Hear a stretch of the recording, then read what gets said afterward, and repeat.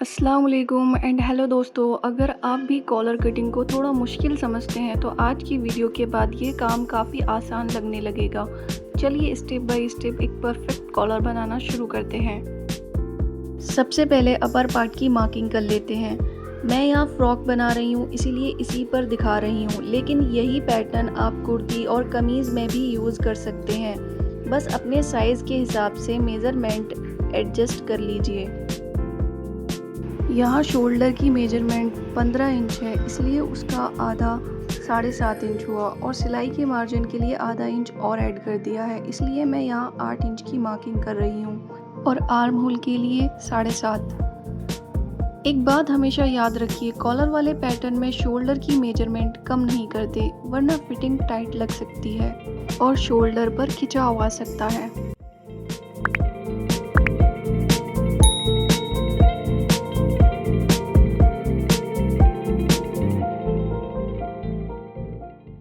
यहाँ पर 1 इंच अंदर की तरफ लेंगे।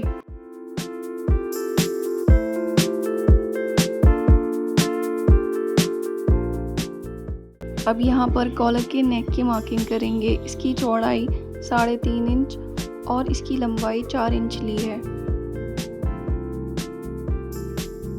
और हाँ, हम यहाँ पर फ्लैट कॉलर बना रहे हैं। अब यहाँ से इसे राउंड शेप दे देते हैं। अगर आपके पास स्केल है तो आप उसकी हेल्प से भी इसे राउंड शेप दे सकते हैं।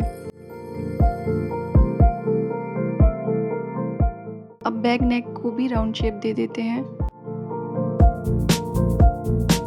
अब यहाँ से हम अपने शोल्डर डाउन करेंगे आधा इंच। और एक और बात, अगर हम स्टैंड कॉलर बना रहे होते तो हम लगभग जो हमारा शोल्डर है उसे 1.5 इंच डाउन करते। एक और ज़रूरी बात, कॉलर वाली नेक में बैक साइड को 1 से 1.5 इंच बढ़ा कर रखते हैं। अब हम यहाँ से अपने आर्म होल को राउंड शेप दे देते हैं। और जब कभी भी आप किसी भी चीज़ में राउंड शेप दें तो बहुत हल्के हाथ से मार्किंग करिए। यहाँ तो वीडियो में जब हम देखते हैं तो स्पीड बढ़ा देते हैं जिससे कि वीडियो ज़्यादा लंबा ना हो, लेकिन आपको ध्यान रखना है कि बिल्कुल हल्के हाथ से धीरे धीरे से राउंड शेप दीजिए और फिर उसको चॉक की हेल्प से डार्क कर दीजिए।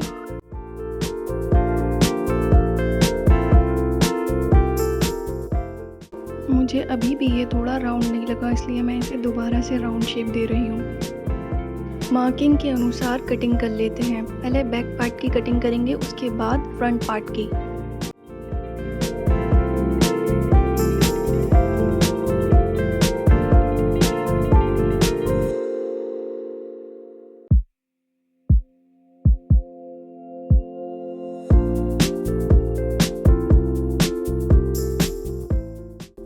अब दोनों पार्ट्स को अलग कर लेते हैं।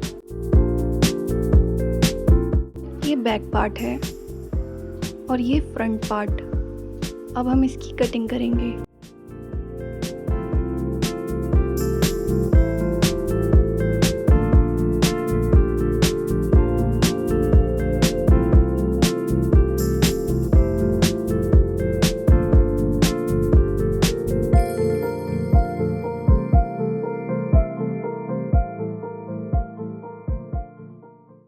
इसकी कटिंग तो कंप्लीट हो गई। अब हम इसके शोल्डर को स्टिच कर लेते हैं।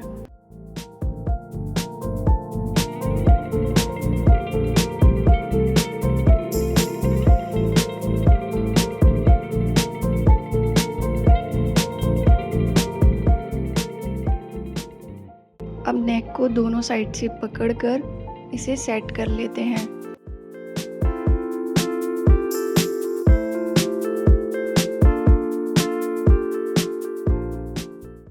और यहाँ पर मैंने पेस्टिंग वाली बुकरम ली है जिससे ये आयरन करने पर कपड़े पर चिपक जाती है। और हाँ, इसका एक फ़ायदा ये है कि ये धुलने के बाद गायब नहीं होती। मतलब जैसे हम नॉर्मली बुकरम लगाते हैं वो झड़ जाती है, लेकिन ये ऐसी की ऐसी ही रहती है काफ़ी समय तक। यहाँ पर कपड़े को बुकरम के ऊपर सेट कर लेते हैं अच्छे से, बिना जल्दबाजी किए। अब इसकी मार्किंग कर लेते हैं।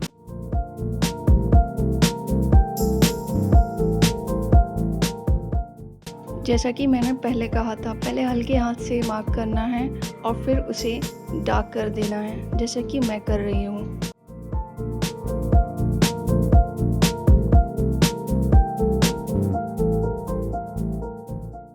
अब यहाँ से 1-1 इंच की दूरी पर निशान लगा लीजिए।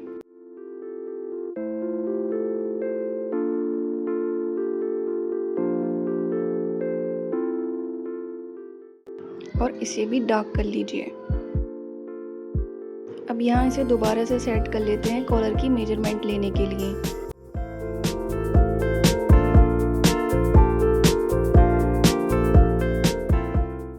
तो यहाँ आया है 10 इंच। सेम ऐसे ही हमें बुकरम पर भी राउंड करके मेजर करना है और 10 इंच पर मार्किंग कर देनी है और इसे हल्का सा राउंड शेप दे देना है। और हाँ, इसकी कटिंग करने से पहले हम इस पर एक कच्ची सिलाई कर लेते हैं ताकि बुकरम इधर उधर ना भागे। अब हम इसकी कटिंग करेंगे।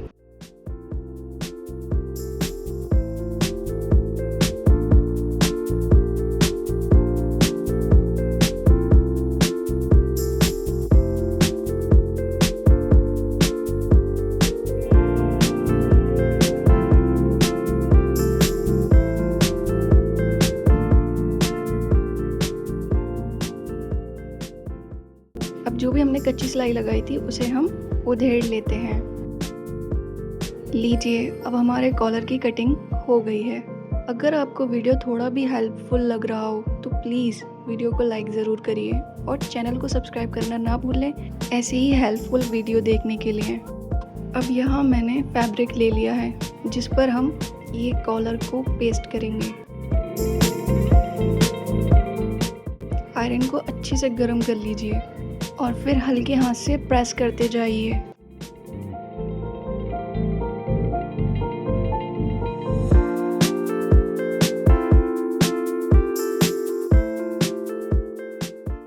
और बैक साइड से भी इसको प्रेस कर लेना है।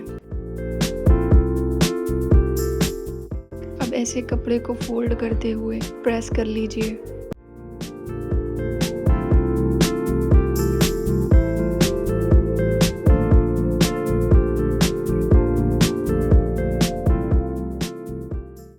ये अच्छे से बैठ नहीं रहा है प्रेस करने से, तो हम अब इस पर एक कच्ची सिलाई लगा देंगे।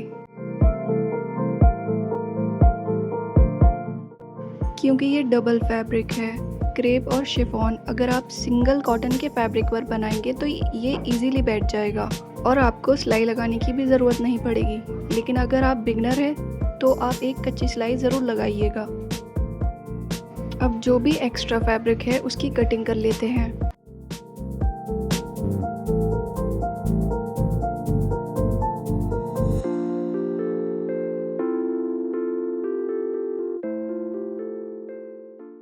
अब यहाँ हम दूसरा फैब्रिक ले लेंगे और इस पर हम अपने मेन फैब्रिक को रख देंगे जिस पर हमने कॉलर पेस्ट किया था।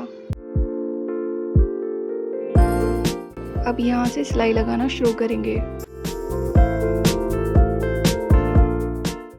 यहाँ आपको धीरे धीरे मशीन चलानी है ताकि हमारी जो शेप है वो एकदम परफेक्ट निकल कर आए।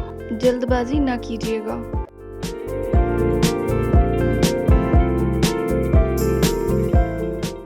फैब्रिक को सेट करते हुए आगे की सिलाई लगा लीजिए।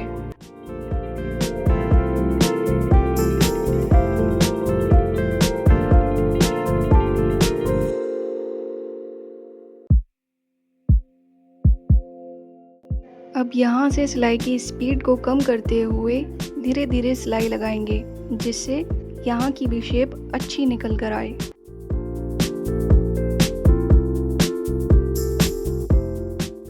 यहाँ पर आधा इंच में से आधा इंच मतलब 2 सूत पर निशान लगाना है। इसी तरीके से एक पैर का मार्जिन देते हुए मार्किंग कर लेते हैं।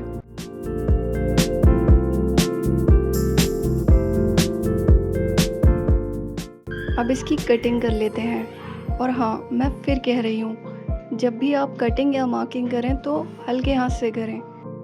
जल्दबाजी की ज़रूरत नहीं है क्योंकि एक बार फैब्रिक गलत कट गया तो फिर हम देखते ही रह जाएंगे कि ये क्या हुआ।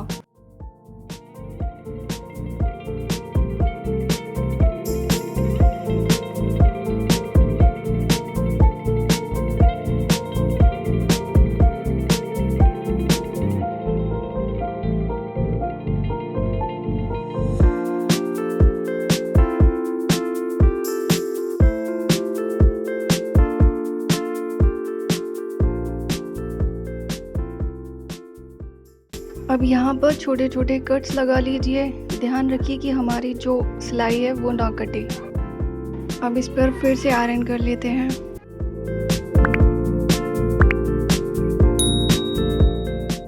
अब इस तरीके से इसको खोल लेना है।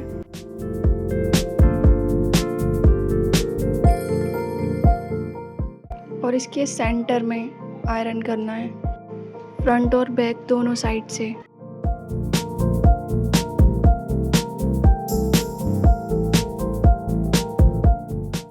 अच्छे से फैब्रिक को आगे की तरफ बढ़ाते हुए प्रेस करना है।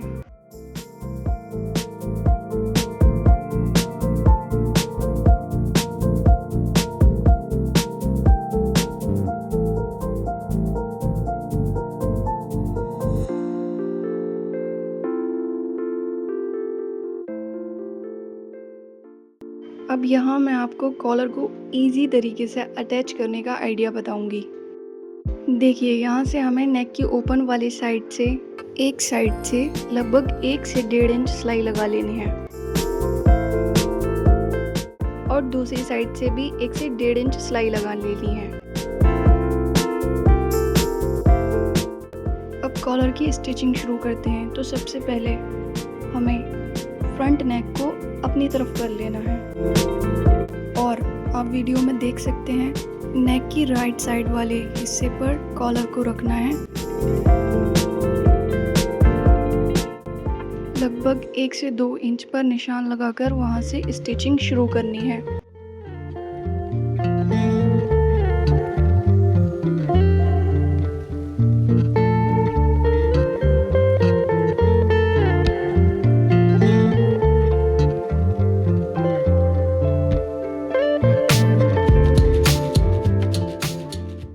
अगर सिलाई करते वक्त फैब्रिक बाहर की तरफ निकल रहा हो तो उसे सुई की हेल्प से अंदर कर दीजिए।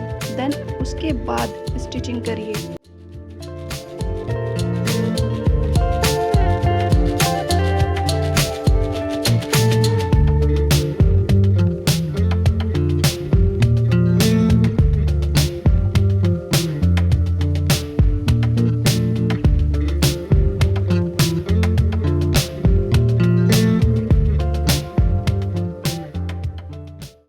अब इस तरीके से कॉलर और नेक के फैब्रिक को पकड़ते हुए जाना है और लेफ्ट साइड पर भी 1 से 2 इंच की सिलाई लगा लेना है, जैसा कि हमने फ्रंट की लगाई थी। यहाँ पर ध्यान से देखिए, जैसे ये फैब्रिक बाहर निकल रहा है तो इसे सुई की हेल्प से अंदर कर दीजिए और उसके बाद स्टिचिंग करना शुरू करिए बिना जल्दबाजी किए।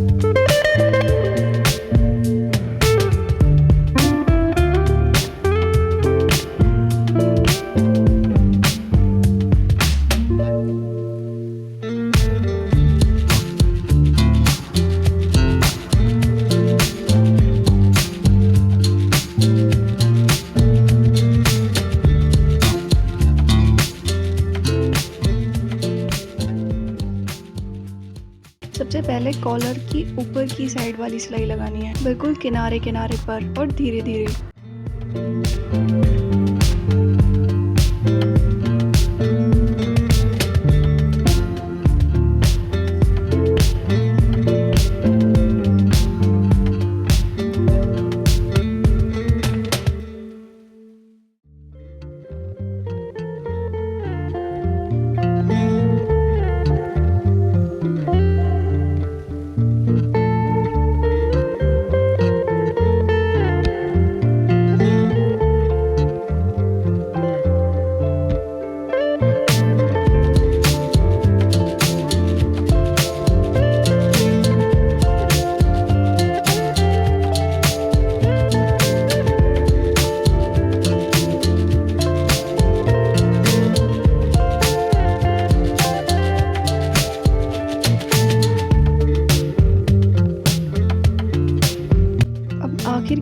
लगाते हुए इसको यहीं से घुमा लेना है और उसके बाद कॉलर की नीचे वाली साइड पर सिलाई लगा लीजिए।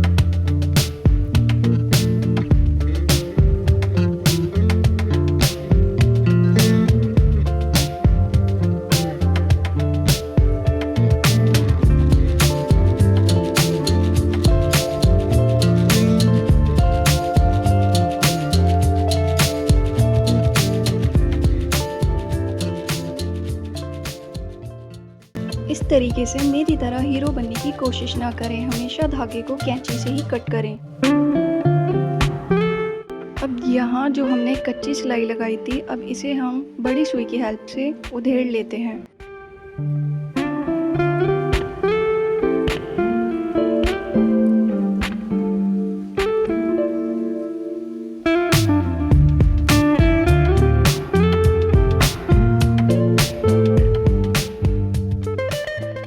अब बारी है प्रेस की। इस स्टेप को बिल्कुल स्किप मत कीजिए क्योंकि सिलाई में प्रेस करना भी उतना ही ज़रूरी होता है जितना स्टिचिंग करना। इसी से कॉलर की शेप अच्छे से सेट हो जाती है और फिनिशिंग भी बहुत साफ आती है। और सच कहूँ, प्रेस के बाद कॉलर भी बिल्कुल वैसे ही फ्रेश लगता है जैसे हम तैयार होकर मिरर के सामने खड़े हो जाते हैं।